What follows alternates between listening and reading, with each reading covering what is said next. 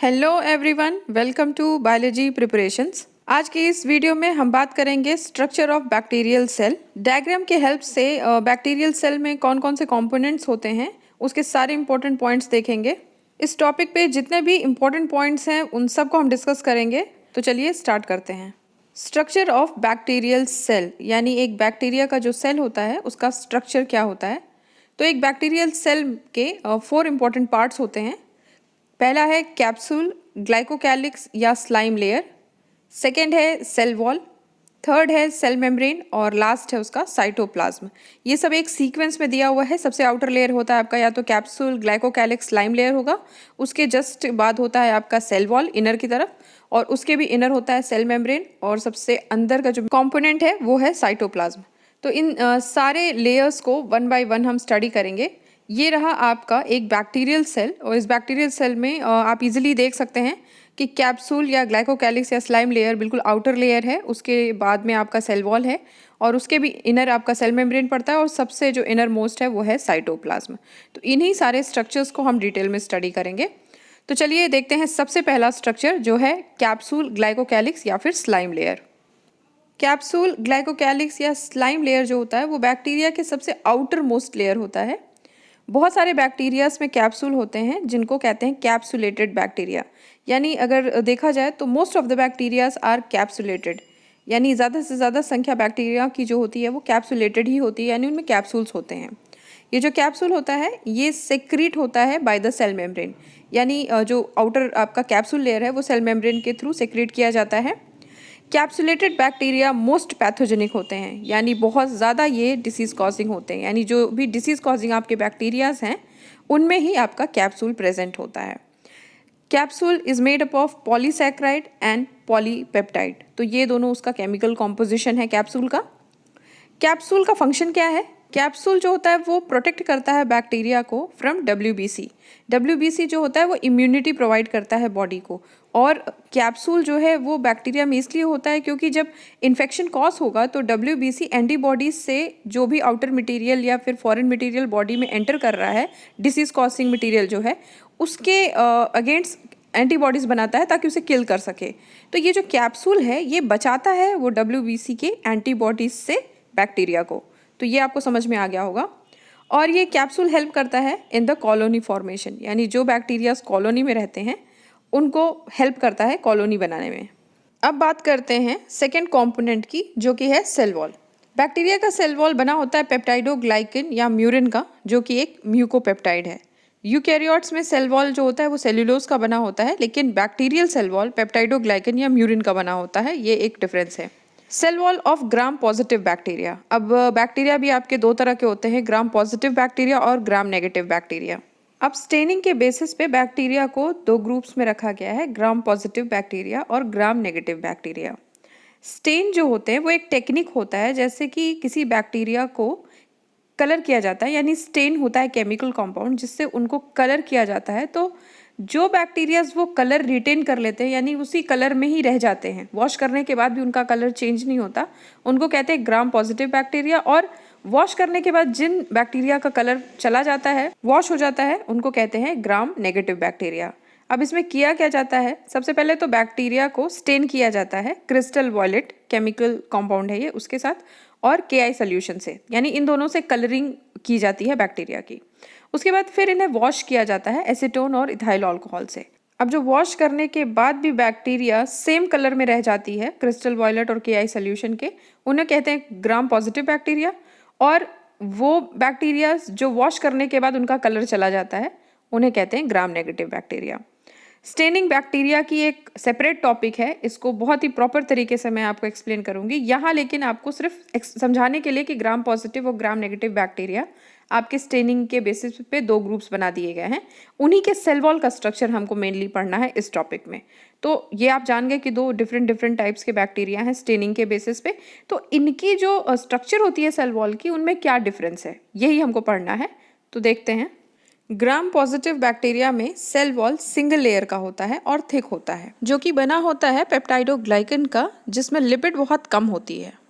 वहीं ग्राम negative bacteria की बात करें तो इसका सेल वॉल डबल लेयर्ड का होता है। इनर लेयर जो होती है वो थिन होती है और पेप्टाइडोग्लाइकन की बनी होती है, वहीं आउटर लेयर थिक होता है और लिपोपॉलीसैकेराइड का बना होता है, जिसमें लिटिल लिपोप्रोटीन होती है और उसके साथ साथ फॉस्फोलिपिड भी प्रेजेंट होता है। तो ये सारे इंपॉर्टेंट पॉइंट्स हैं। जो लिपोप्रोटीन प्रेजेंट होता है आउटर लेयर में ग्राम नेगेटिव बैक्टीरिया के, उसको कहते हैं पोरेंस। इसका काम क्या होता है, ये जो लो हाइड्रोफिलिक कंपाउंड हैं उनकी एंट्री और एग्जिट में हेल्प करता है। अब हाइड्रोफिलिक मतलब ऐसे कंपाउंड जो वाटर से एफिनिटी रखते हैं, यानी वाटर की तरफ अट्रैक्ट होते हैं या वाटर के साथ रहना पसंद करते हैं। दो तरह के कंपाउंड होते हैं आपके, हाइड्रोफिलिक और हाइड्रोफोबिक। हाइड्रोफिलिक मतलब वाटर से लविंग वाले कंपाउंड, ठीक है, ऐसा कंपाउंड जो पानी के साथ आसानी से मिक्स हो जाए या उसके साथ रह ले। और हाइड्रोफोबिक आपका ऐसा जो पानी से बचना चाहता है, जैसे एग्जांपल आप ले लीजिए वैक्स। वैक्स कभी भी पानी में मिक्स नहीं होता, तो वो आपका हाइड्रोफोबिक है। और हाइड्रोफिलिक कंपाउंड आप एग्जांपल ले लें शुगर, आराम से मिक्स हो जाता है। तो ये है डिफरेंस। यानी जो लिपोप्रोटीन होती है ग्राम नेगेटिव बैक्टीरिया की, जिसका नाम पोरेंस है, वो मदद करती है हाइड्रोफिलिक कंपाउंड्स को सेल के अंदर एंट्री और एग्जिट करने में, ठीक है। तो ये आपको समझ में आ गया होगा, cell wall of gram positive bacteria and cell wall of gram negative bacteria. इन दोनों को बहुत क्लियरली हम नेक्स्ट वीडियो में भी कवर करेंगे, जिसमें हम आपको स्टेनिंग मेथड बताएंगे कि बैक्टीरिया को कैसे स्टेन किया जाता है। कई सारे मेथड हैं, उसके साथ साथ डिफरेंस क्या है ग्राम पॉजिटिव बैक्टीरिया और नेगेटिव बैक्टीरिया का, तो इसके लिए एक सेपरेट वीडियो आएगा। अभी हम सिर्फ सेल वॉल की बात करते हैं। एक और डिफरेंट फॉर्म का बैक्टीरिया है जिसको कहते हैं एल फॉर्म ऑफ बैक्टीरिया। अब ये एल फॉर्म ऑफ बैक्टीरिया क्या है, एक्चुअली एल जो है यहाँ पे, इसका मतलब होता है लिस्टर, उसको शॉर्ट में लिखा जाता है एल फॉर्म ऑफ बैक्टीरिया, यानी ये है लिस्टर फॉर्म ऑफ बैक्टीरिया। इसको देख लेते हैं। जब बैक्टीरिया की जो सेल वॉल होती है उसको आर्टिफिशियली रिमूव किया जाता है, यानी वो नेचर में एग्जिस्ट तो नहीं करता, लेकिन हम लैब में उसे artificially with the help of enzymes उसको रिमूव करते हैं। लाइसोजाइम एंजाइम यूज़ किया जाता है सेल वॉल को हटाने के लिए बैक्टीरिया के। तो उसी तरह के जो आपका सेल होता है उसको कहते हैं लिस्टर फॉर्म, यानी एल फॉर्म ऑफ बैक्टीरिया। अब अगर सेल वॉल रिमूव कर दी जाएगी तो सिर्फ और सिर्फ सेल मेम्ब्रेन बचेगी। तो एल फॉर्म ऑफ बैक्टीरिया में सेल वॉल को आर्टिफिशियली हटाया जाता है with the help of lysozyme enzyme, और सिर्फ सेल मेम्ब्रेन रह जाती है। तो इसी फॉर्म को कहते हैं लिस्टर फॉर्म या एल फॉर्म। लिस्टर फॉर्म जो डेवलप हुआ था वो किया था क्लीननबर्गर ने इन लिस्टर लैबोरेटरी लंदन। इसी लिस्टर लैबोरेटरी की वजह से इसको दिया जाता है नाम लिस्टर फॉर्म ऑफ बैक्टीरिया। अब आपका दो टर्म इंपॉर्टेंट है इसी एल फॉर्म ऑफ बैक्टीरिया से, प्रोटोप्लास्ट और स्फीरोप्लास्ट। प्रोटोप्लास्ट क्या है, जब लिस्टर फॉर्म डेवलप किया जाता है ग्राम पॉजिटिव बैक्टीरिया से, यानी ग्राम पॉजिटिव बैक्टीरिया में हमने देखा ही है कि जो सेल वॉल होती है वो सिंगल लेयर की होती है, यानी लाइसोजाइम एंजाइम की हेल्प से वो सिंगल लेयर भी हटा दिया जाता है ताकि सिर्फ और सिर्फ सेल मेम्ब्रेन प्रेजेंट रहे। तो उस स्ट्रक्चर को, जो रिमेनिंग स्ट्रक्चर बचती है बैक्टीरिया की, उसको कहते हैं प्रोटोप्लास्ट। और जब ग्राम नेगेटिव बैक्टीरिया यानी जो डबल लेयर है सेल वॉल का वो पूरा रिमूव कर दिया जाता है लाइसोजाइम एंजाइम से, तब उसको कहते हैं स्फीरोप्लास्ट। तो ये दोनों वर्ड इंपॉर्टेंट है, इसे याद रखिएगा। तो ये कवर किया हमने सेल वॉल। अब देखते हैं हम थर्ड कंपोनेंट जो है सेल मेम्ब्रेन। इसमें कुछ ज़्यादा समझने के लिए नहीं है, ये एक यूनिट मेम्ब्रेन होती है जो कि बनी होती है लिपोप्रोटीन से। और लिपोप्रोटीन इसलिए भी होता है ताकि ये हाइड्रोफिलिक कंपाउंड्स को एंट्री और एग्जिट में हेल्प कर सके। तो ये हो गया आपका सेल मेम्ब्रेन। तो अब देखते हैं सबसे लास्ट कंपोनेंट जो है साइटोप्लाज्म, और ये सबसे इनर मोस्ट कंपोनेंट भी है। काफ़ी लंबा पोर्शन है ये, बहुत डिटेल में इसे स्टडी करनी पड़ेगी। तो बैक्टीरिया के साइटोप्लाज्म में membrane bounded cell organelles absent होते हैं। जैसा आपका यूकैरियोटिक सेल होता है उसमें आपके membrane bounded cell organelles present होते हैं, जैसे आपका माइटोकॉन्ड्रिया, क्लोरोप्लास्ट और आपका एंडोप्लाज्मिक रेटिकुलम। तो ये सारी चीज़ें इसमें नहीं होती हैं, ये सारे सेल ऑर्गेनल्स इसमें एब्सेंट होते हैं। बैक्टीरिया के साइटोप्लाज्म में साइटोसॉल की स्ट्रीमिंग या साइक्लोसिस नहीं होती है। अब इसे ऐसे समझिए कि साइटोप्लाज्म तो आप जान रहे हैं, उसमें आपका एक सेमी फ्लूइड स्ट्रक्चर होता है जिसको कहते हैं साइटोसॉल, और उसी के बीच में एम्बेडेड होते हैं, यानी ऐसे तैर रहे होते हैं आपके सॉलिड स्ट्रक्चर्स जिसको कहते हैं सेल ऑर्गेनल्स। तो सेल ऑर्गेनल्स एब्सेंट है, लेकिन जो सेमी फ्लूइड स्ट्रक्चर है साइटोसॉल वो तो है। तो उसका मूवमेंट होता है साइटोप्लाज्म के अंदर क्लॉकवाइज या एंटी क्लॉकवाइज मोशन में, क्योंकि वो एक सेमी फ्लूइड स्ट्रक्चर है, बिल्कुल ऐसे स्टैग्नेंट नहीं रहेगा। लेकिन बैक्टीरिया के जो साइटोप्लाज्म में आपका साइटोसॉल है उसमें स्ट्रीमिंग या साइक्लोसिस नहीं होती है, क्योंकि सेल ऑर्गेनल्स ही नहीं है, तो किसके अराउंड ये साइटोसॉल की स्ट्रीमिंग या साइक्लोसिस या मूवमेंट होगी, इसलिए ये एब्सेंट होता है। अब साइटोप्लाज्म में फॉलोइंग इंपॉर्टेंट स्ट्रक्चर्स होते हैं, वो हैं आपके साइटोप्लाज्मिक ऑर्गेनल्स। अब इसमें यूकैरियोटिक सेल की तरह unit membrane bounded cell organelles नहीं होते हैं, लेकिन कुछ साइटोप्लाज्मिक ऑर्गेनल्स होते हैं। इसके साथ इसमें स्टोरेज ग्रैन्यूल्स होते हैं, प्रोटोप्लाज्मिक स्ट्रक्चर्स होते हैं और क्रोमैटिन मटेरियल जिसे न्यूक्लियोइड कहते हैं। तो ये सारे पार्ट्स वन बाय वन हम डिटेल में देखेंगे। तो सबसे पहले स्टार्ट करते हैं साइटोप्लाज्मिक ऑर्गेनल्स। तो साइटोप्लाज्मिक ऑर्गेनल्स जो इंपॉर्टेंट बैक्टीरिया में प्रेजेंट होता है वो है मीसोसोम्स। तो मीसोसोम्स हम लोगों ने देखा था, जिस तरह से यूकैरियोट्स में माइटोकॉन्ड्रिया होता है, सेम उसी तरीके से आपका फंक्शन होता है यहाँ पे मीसोसोम्स का। तो मीसोसोम्स डिस्कवर किया था एफ जेम्स ने। इस का जो स्ट्रक्चर होता है आपका मीसोसोम्स का, ये सेल मेम्ब्रेन अंदर की तरफ मुड़ जाती है, अंदर की तरह ही जिस तरह से फिंगर्स होते हैं आपके, उसी तरह से इन्वेजिनेट कर जाती है अंदर और मीसोसोम्स बना लेती है। फंक्शनली इसका जो काम होता है ये माइटोकॉन्ड्रिया की ही तरह काम करती है, यानी इसका काम होता है, इसमें ऑक्सीडेटिव एंजाइम्स होते हैं जो एनर्जी प्रोडक्शन में हेल्प करते हैं। तो ये चीज़ आपको समझ में आ गई, यानी फंक्शनली ये माइटोकॉन्ड्रिया की तरह, एक तरह से कह सकते हैं कि मीसोसोम्स जो है वो एनालॉगस है माइटोकॉन्ड्रिया के, क्योंकि इसमें भी होता है आपका ऑक्सीडेटिव एंजाइम्स। अब पोजीशन या फंक्शन के बेसिस पे मीसोसोम्स दो तरह के होते हैं, एक है आपका पेरिफेरल मीसोसोम्स और दूसरा है आपका सेंट्रल मीसोसोम्स। तो पेरिफेरल मीसोसोम्स है तो आपका पेरिफेरी पे होगा, यानी किनारे होगा सेल मेम्ब्रेन के, और इसका जो काम होता है वो सेल रेस्पिरेशन ही होता है ताकि एनर्जी प्रोड्यूस की जा सके, और सेल वॉल के बगल में है, यानी सेल मेम्ब्रेन और सेल वॉल पास में ही है, इसलिए वहाँ पे ये हेल्प करता है in the cell wall synthesis, यानी सेल वॉल बनाने में। दूसरा है आपका सेंट्रल मीसोसोम्स। ये सेंट्रल मीसोसोम है तो ये बीच में होगा, सेंटर में होगा, और ये न्यूक्लियाइड यानी कि जो इनका जेनेटिक मटीरियल है बैक्टीरिया का, उससे ये अटैच्ड होता है, कनेक्टेड होता है। तो इसका काम कहीं ना कहीं आपका डीएनए रिप्लिकेशन या सेल डिवीजन में ही होगा। तो ये दोनों फंक्शन है आपके मीसोसोम्स के। अब हम बात करते हैं स्टोरेज ग्रैन्यूल्स की, यानी स्टोर्ड ग्रैन्यूल्स क्या हैं। तो इसमें जो स्टोर्ड ग्रैन्यूल्स हैं वो हैं ग्लाइकोजन के ग्रैन्यूल्स, यानी कार्बोहाइड्रेट के ग्रैन्यूल्स होते हैं जो स्टोरेज के फॉर्म में होते हैं। जैसे स्टोर्ड फूड होता है, हम लोग स्टोर करते हैं फूड, ये भी फूड को स्टोर करता है। तो कार्बोहाइड्रेट को स्टोर करता है bacteria in the form of glycogen granules. उसके बाद होते हैं आपके वॉल्यूटिन या मेटाक्रोमैटिक ग्रैन्यूल्स। अब ये वॉल्यूटिन या मेटाक्रोमैटिक ग्रैन्यूल्स क्या हैं? ये बने होते हैं आरएनए के, यानी ये आरएनए का भी स्टोर करते हैं, यानी स्टोरेज करते हैं, ये आरएनए को भी स्टोर करके रखते हैं, क्योंकि आरएनए का जो मेन आपका कंपोनेंट है वो नाइट्रोजन और फॉस्फोरस है। आरएनए यानी आपका राइबो न्यूक्लिक एसिड, तो हमने देखा है डीएनए और आरएनए जो होते हैं उसमें नाइट्रोजन, फॉस्फोरस ये सब से मिलके बना होता है। तो नाइट्रोजन और फॉस्फोरस को सेव करने के लिए ये स्टोर करते हैं RNA in the form of volutin या मेटाक्रोमैटिक ग्रैन्यूल्स। तो ये हो गया आपका स्टोरेज ग्रैन्यूल्स। थर्ड है आपका फोटोसिंथेटिक स्ट्रक्चर्स, यानी फोटोसिंथेटिक बैक्टीरिया अगर है तो वो इसी स्ट्रक्चर का यूज़ करके फोटोसिंथेसिस करता है। तो कुछ बैक्टीरिया ऐसे होते हैं जो फोटोसिंथेसिस करते हैं, जैसे पर्पल बैक्टीरिया और ग्रीन बैक्टीरिया।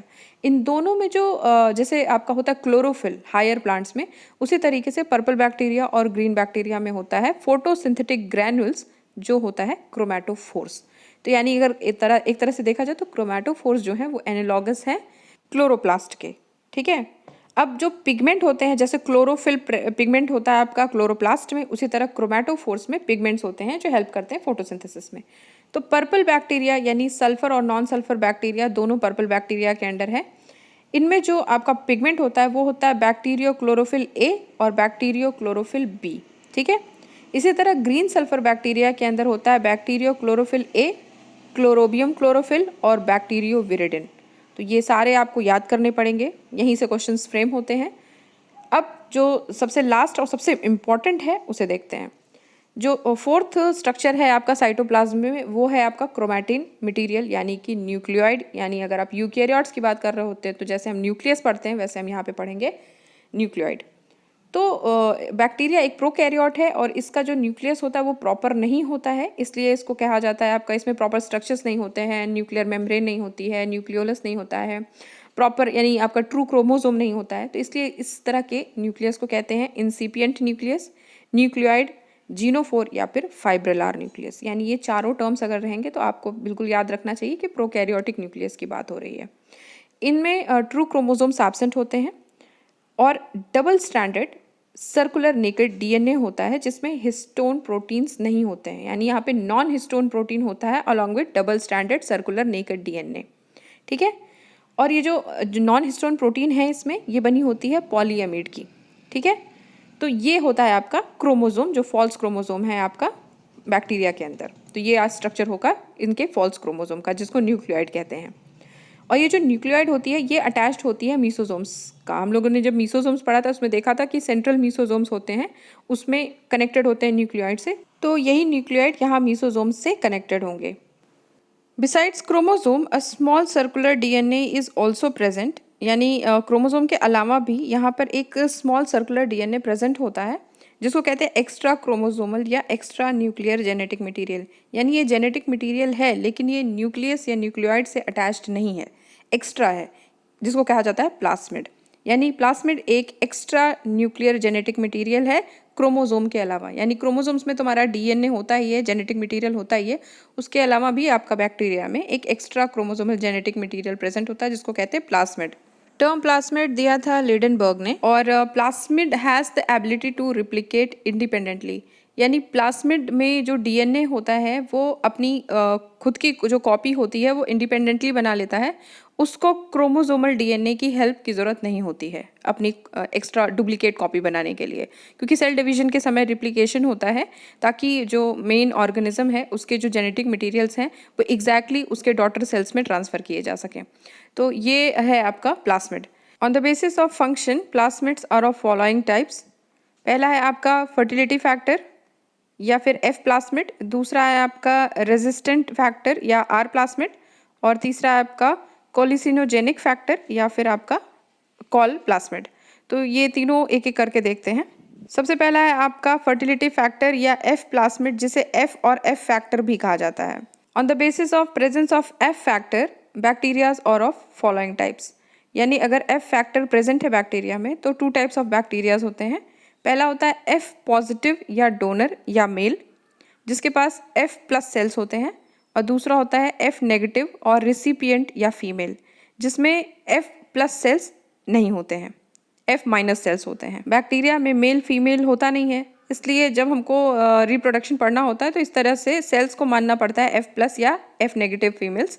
तो इसी एफ फैक्टर के बेसिस पे जो दो टाइप्स के बैक्टीरिया हैं, एफ पॉजिटिव या डोनर या मेल, ये मेल की तरह काम करता है क्योंकि इनके पास एफ प्लस सेल्स हैं, और जो एफ नेगेटिव हैं या रिसिपिएंट है या फीमेल है उनके पास एफ पॉजिटिव सेल्स नहीं होते हैं, उनके पास एफ नेगेटिव सेल्स होते हैं। तो ये आपको समझ में आ गया एफ फैक्टर या फर्टिलिटी फैक्टर के बेसिस पे आपका प्लास्मिड। तो कभी कभी कुछ केसेस में क्या होता है, जो एफ प्लास्मिड होता है वो मेन डीएनए के साथ अटैच्ड होता है, उस केस में उस स्ट्रक्चर को कहते हैं एपिसोम। अभी हमने देखा कि प्लास्मिड जो होता है वो एक्स्ट्रा न्यूक्लियर जेनेटिक मटेरियल होता है जो मेन क्रोमोसोम से अलग होता है, लेकिन कुछ सेल्स में या कुछ बैक्टीरियल सेल्स में ऐसा केस हो जाता है कि आपका एक्स्ट्रा न्यूक्लियर जेनेटिक मटेरियल और मेन न्यूक्लियर जेनेटिक मटेरियल यानी प्लास्मिड और जो क्रोमोसोम है वो दोनों अटैच्ड हो जाते हैं और एक नए स्ट्रक्चर को बनाते हैं जिसे कहते हैं एपिसोम। तो ये कुछ बैक्टीरियल सेल्स में होता है। जब इस तरह का कॉम्बिनेशन हो जाता है तो उस तरह के सेल को यानी उस तरह के बैक्टीरियल सेल को कहा जाता है HFR सेल, ठीक है। और टर्म एपिसोम जो है ये इंपॉर्टेंट है, ये दिया था जेकब एंड वॉलमैन ने। तो ये सारे पॉइंट्स बहुत इंपॉर्टेंट हैं, इन सारे पॉइंट से अभी तक क्वेश्चंस पूछे जा रहे हैं, तो आप इसे याद रखिएगा। अब देखते हैं हम रेजिस्टेंट फैक्टर या आर प्लास्मिड, जो है सेकेंड टाइप प्लास्मिड का। इसमें क्या होता है, इस तरह के सेल्स में आर फैक्टर होते हैं जो किसी पर्टिकुलर ड्रग्स से उस सेल को प्रोटेक्ट करते हैं या रेजिस्टेंस देते हैं, ठीक है। तो ये आर फैक्टर रेजिस्टेंस देता है बॉडी को फ्रॉम सर्टेन ड्रग्स, ठीक है। अब लास्ट देखते हैं आपका कोलिसोजेनिक फैक्टर। अब किसी सेल में अगर कोलिसोजेनिक फैक्टर है तो वो सेक्रेट करता है एक एंटीबायोटिक मटेरियल जिसको कहते हैं कोलिसिन, ठीक है। तो कोलिसिन जो होता है उसके पास एंटीबायोटिक इफेक्ट होता है दूसरे माइक्रोब्स पर, यानी आपका बैक्टीरिया तो एक ऑलरेडी माइक्रोब है, लेकिन अगर इसके पास ये फैक्टर है कॉल फैक्टर, तो ये किसी दूसरे माइक्रोब्स के ऊपर एंटीबायोटिक इफेक्ट डाल सकता है, यानी उनके ग्रोथ को रोक सकता है, ठीक है। तो ये चीज़ आप समझ लीजिए, जैसे हमारी बॉडीज़ में एंटीबायोटिक्स होती है, हम अपने आप को प्रोटेक्ट कर लेते हैं, हमारी बॉडी प्रोटेक्ट हो जाती है फॉरेन मटेरियल से या फिर एंटीजन से।